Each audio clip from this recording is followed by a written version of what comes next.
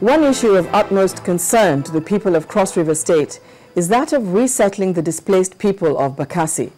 Though the federal government has set up various committees to look into the issue, the people of the area are fast losing hope. This formed one of the issues discussed at an interactive session with the Permanent Secretary, Federal Ministry of Special Duties and Intergovernmental Affairs in Calabar. Understand the job. There is no doubt that a happy working force in a society translates to effective delivery of services required in such society. After they were displaced from their ancestral homes by the federal government without adequate compensation, some civil servants in Cross River State have lost faith in government and governance. They're really not asking too much. All they want is for the Bakassi people to be permanently resettled by the present government. They also want issues of corruption in the civil service addressed. Most of the clerks or clerical staff will want you to drop money on their table before your file will move. And if you don't drop anything, your file will get lost. Bakassi is a big issue in the sense that it brought the people off the oil wells. Since they didn't have that place again, the issue came up that they don't also have offshore. They can't afford offshore. We know about the judgments. So therefore, it ended up working with the government and it's having a lot of control action to the people. Having heard all the concerns, the Permanent Secretary made known government's position. The issues you have raised actually, this is why we have this interaction. These issues have been noted. And where we see that there is a recurring complaint statewide, I believe that we will have to look into some of these issues. The federal government team later paid a courtesy call on the Obong of Calabar at his palace. They also visited the governor of the state, Lieli Moke, and reaffirmed that the federal government will continue to implement reforms that will favor civil servants in the state and across the country. 3 suspects have been arrested by the National Agency for Food and Drug Administration and Control, NAFDAC, for importing fake and counterfeit drugs. At a media briefing today in Lagos by the Director General of the agency, Dr. Paul Ohi, counterfeit cough syrup, chloramphenicol injections, and Postinor emergency contraceptives said to be manufactured illegally in Ajangbadi, Lagos, were displayed. Also, a 20-foot container load of pharmaceutical products has been seized by the agency as it advises members of the public to buy their pharmaceutical products from registered pharmacies and hospitals. The container has been impounded by the agency and the inventory of its content taken. So the following counterfeit pharmaceuticals estimated to be worth 54 million naira, 702,500 naira only, were discovered in the container.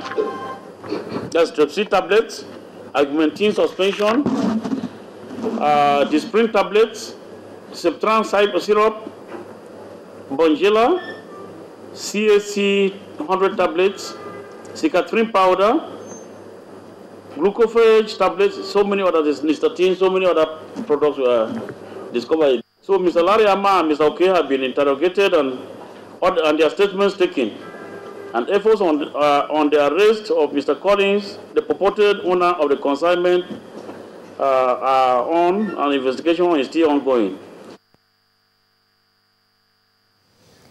A federal high court in Abuja has vacated an order it earlier granted the State Security Service, freezing the accounts of Adult Engineering Company Limited for allegedly having a relationship with Mr. Aminu Lamido, the son of the governor of Jigawa State. Justice Adeniyi Adetokunbo Ademola lifted the order, having established that Adult Engineering Company wholly belongs to Mr. Adeleke Dino and his children. The engineering company, through its lawyer, Professor Taiwo Shipiton, had told the court that the SSS obtained the freezing order on the strength of material misrepresentation of facts on the ownership and control of the company by Mr. Aminu Lamido, who was never a director in the company. Professor Shipiton also told the court that his client has never been involved in any act of money laundering, financial crimes, or terrorism, as claimed by the State Security Service.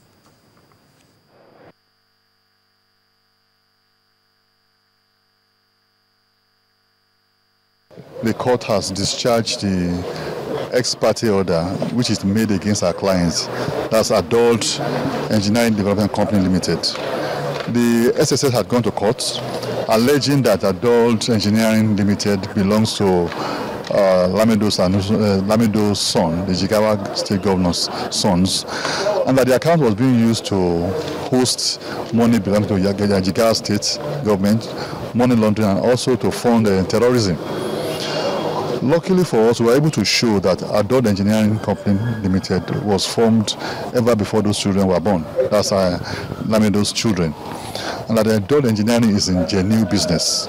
We show the profile of the company and also the various contracts that the company is handling. We also showed that the managing director of Adult, that's Reverend Lekidino, is an ordained minister in the Anglican Communion. And as such a person will not be involved in funding terrorism or money laundering. So we're able to show that the documents or the information given to the court by SSS were not correct.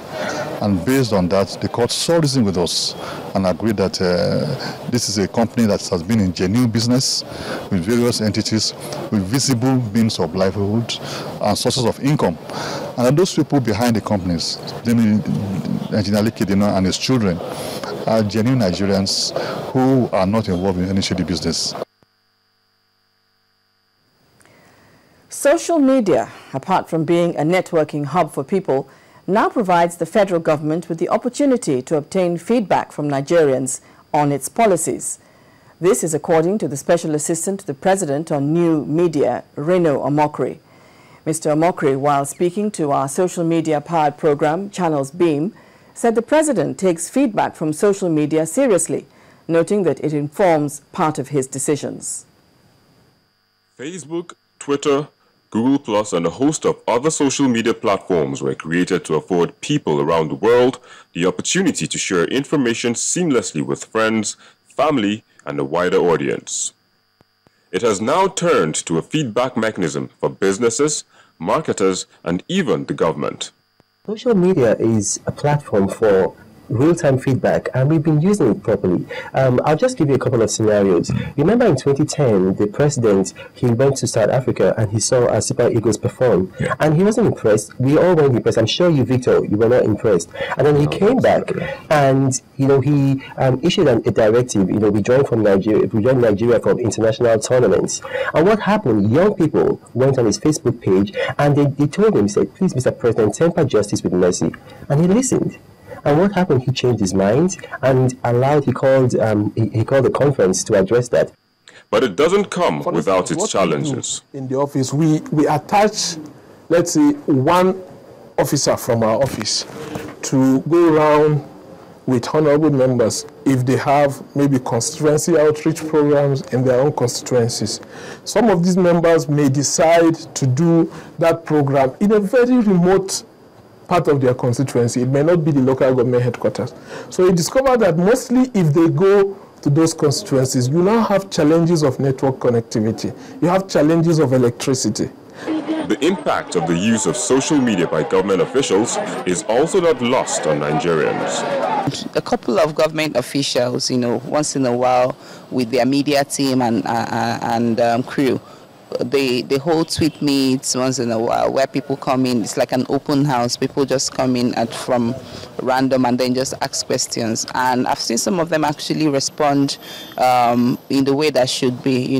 They ask them these questions and they provide answers. So yeah, it shouldn't just be a Q&A process. The most important aspect should be the post-tweet meet. Because of what social media has come to be in Nigeria, you can't take away politics, you can't take away governance from social media. So it has had an immense impact on civil governance. Social media might be a parking lot for trivial updates, but conversations that go on there represent a goldmine of data and reference for performance. Victor Matthias, Channels Television News.